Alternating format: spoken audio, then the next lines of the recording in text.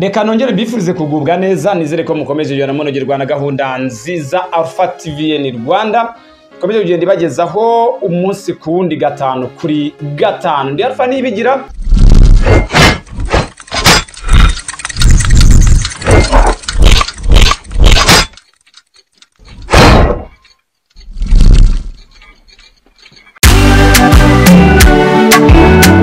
muraho nitwa Nigena Josiane nkaba nkorera company yitwa MU Insurance ishami rya Nyabugogo. Product dutanga harimo motor insurance, harimo fire insurance, general accident insurance, engineering insurance, bama bonds, marine insurance, money insurance, travel insurance, aviation insurance n'izindi. Twabashishikarizaga rero kutugana dutanga service nziza. Tukaba twari mu kimbere ya Beka mu etage y'uwitwa Jacobo, etage ifatanye na station SP. Ikaze rero ni karibu.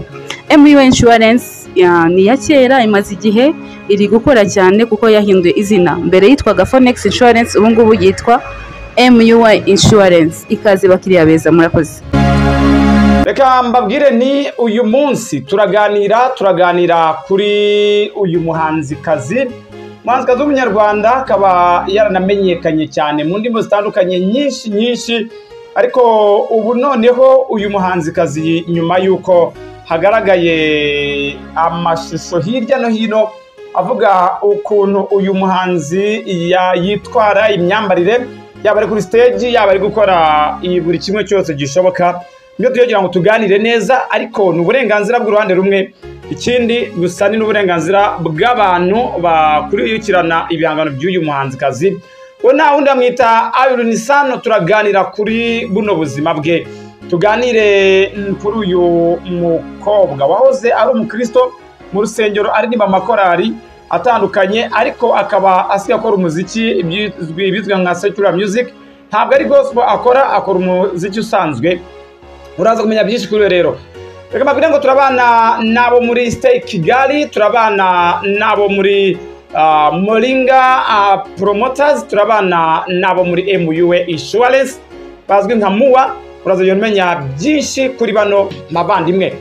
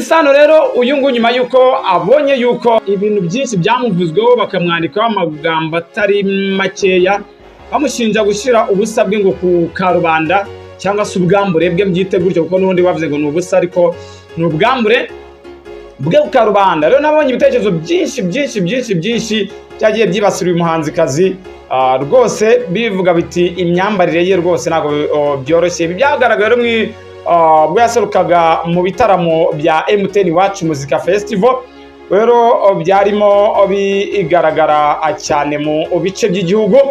Ariko uyu muhanzikazi Akoresha, aya mafoto yaba ayagiye agaragara no mu kiganiro yagirana n'ikinyamakuru dukesha iyi nkuru, ndetse kandi natwe twari ducukumbura cy'amakuru cy'igihe, uyu yemeye ko rwose ibitekerezo by'abantu ngo bari kumunenga bamunengera imyambarire ye yabibonye, ngo hamya ko we ntacyo we biba bimubwiye.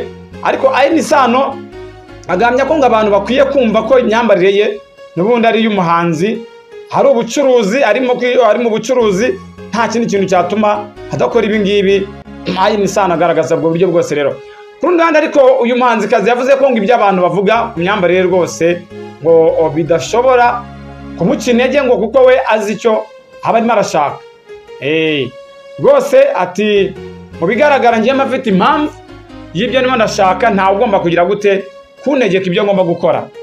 Ubwo rero Ayini Sano ubundi abantu benshi bamumenye ni mu bahanzi cyane batoranyijwe cyane gutaramira abakunzi b'umuziki mu bitaramo bya MTN Iwacu Umuzika Festival bigenda bizenguruka igihugu. Ngira ngo bamwe bagiye babibona hirya no hino, barimo witwa Afrique, barimo Niyo Bosco, barimo Bwiza, bakaza Chriswizi, hakaza Bushari, hakaza Edamani na Bruce Melody. Aba bagiye babona cyane ku ma stages cyangwa se kuri stage bagenda bacuranga bagira gutya bagaragaza uburyo ki bari gushaka kugira ngo bazane ibyishimo mu bantu. Ubwo rero urumva ko ntabwo wabura kuvuga yuko rwose abantu iyo bagiye bandika bafite uburyo ki aho babihera. Ese undi wakwibaza ngo uyu Ayini Sano bavuze ko yaririmbaga mu makorali, ubundi niye mpamvu yatumye Ayini Sano ava muri korali akajya mu muziki w'isi, ko bamwe babyita ngo umuziki w'isi.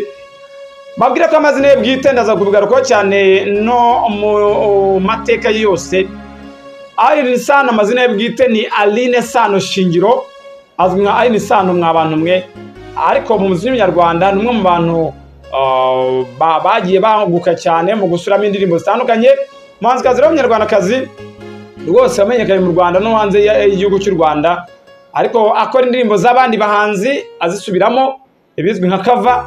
Ubwo rero navuga yuko yagiye anakora n'izindi ze bwite byatumye amamara cyane ahanini binyuze mu ijwi ryiza rye rikurura imbaga y'abantu batari bakeya.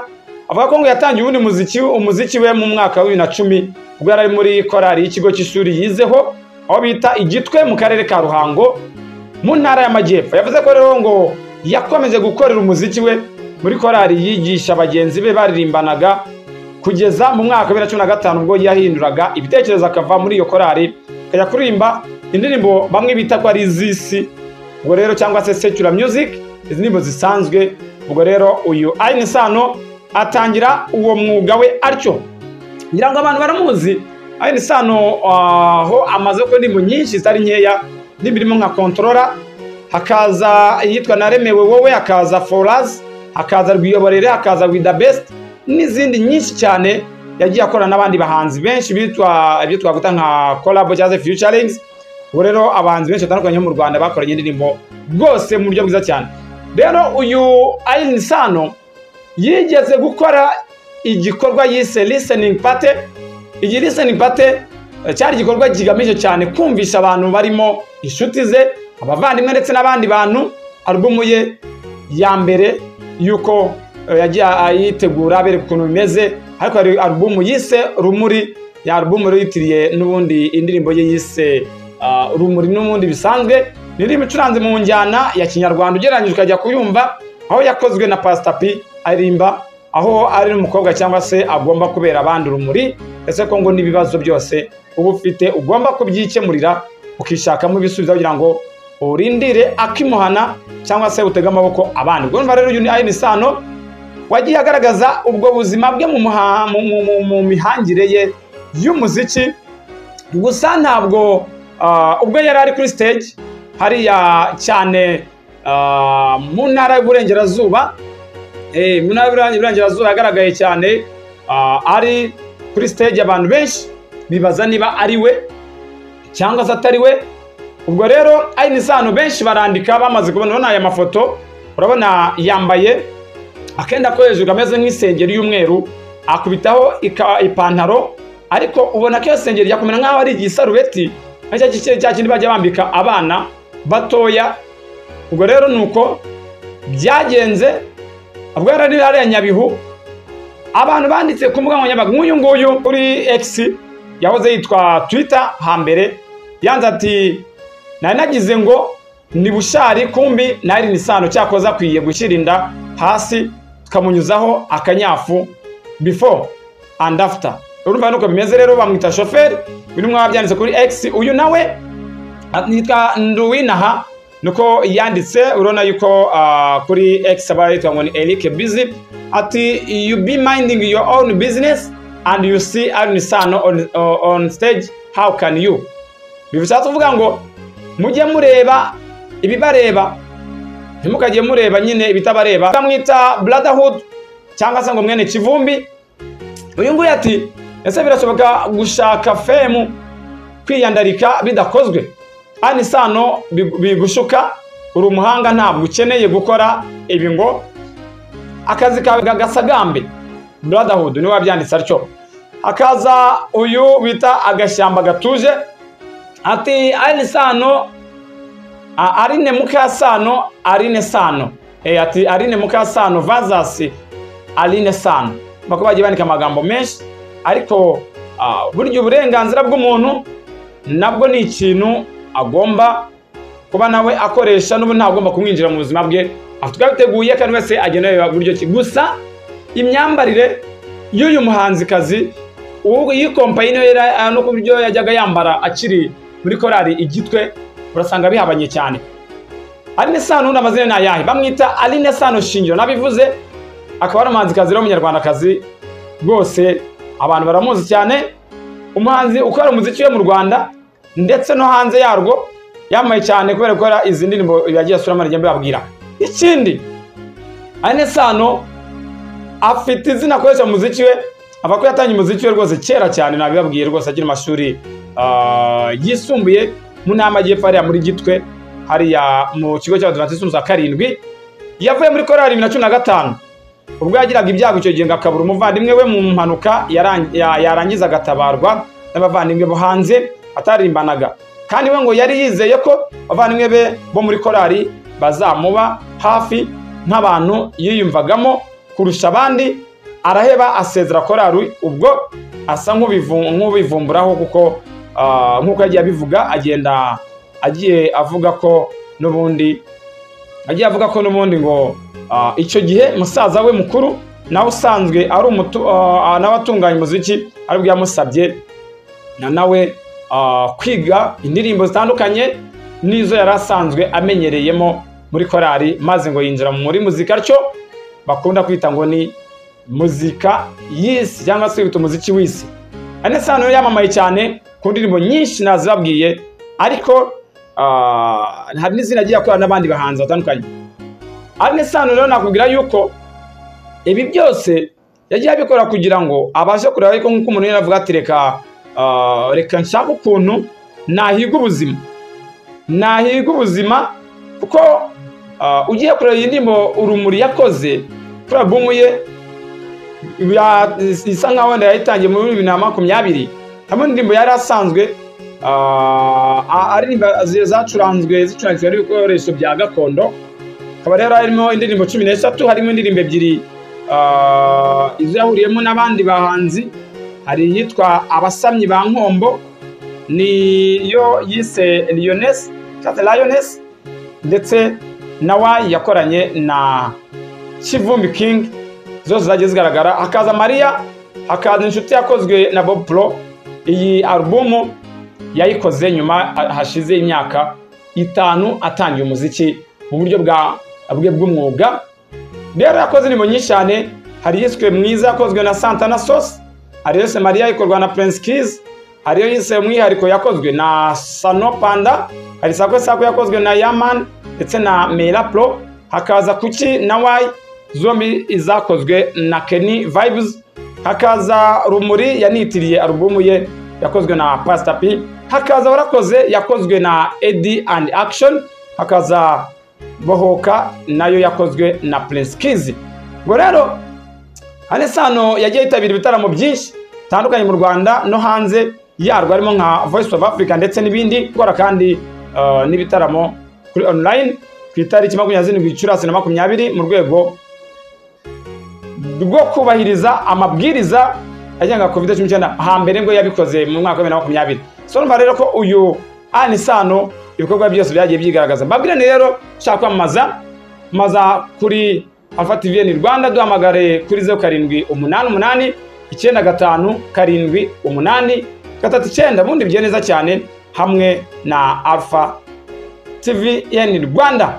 Babwire ni twabanye nk'ibisanzwe, twabanye n'abavandimwe bacu guturuka muri Stay Kigali, ugakomeza ukajya muri Muri Insurance hano Nyabugogo, ugakomeza no muri Moringa Promoters, nabo babana natwe umunsi kundi. Mukomeze mugire ibihe byiza hamwe na Alpha Tvn Rwanda. Wo yari ayini sano abantu bagiye bavuga byinshi, ariko ku ruhande rw'uburenganzira bwe kwambara uko ashaka mu gihe arimo asa nk'ugira nyine ya promoting umuziki we, cyuko kandi nabo babivuze bafite uburenganzira bwabo, nta wabaveba bose muri rusange. Ndabashimiye rero, mukomeze mugire ibihe byiza na gahunda za Alpha Tvn Rwanda igenda ibagezaho 5 kuri 5.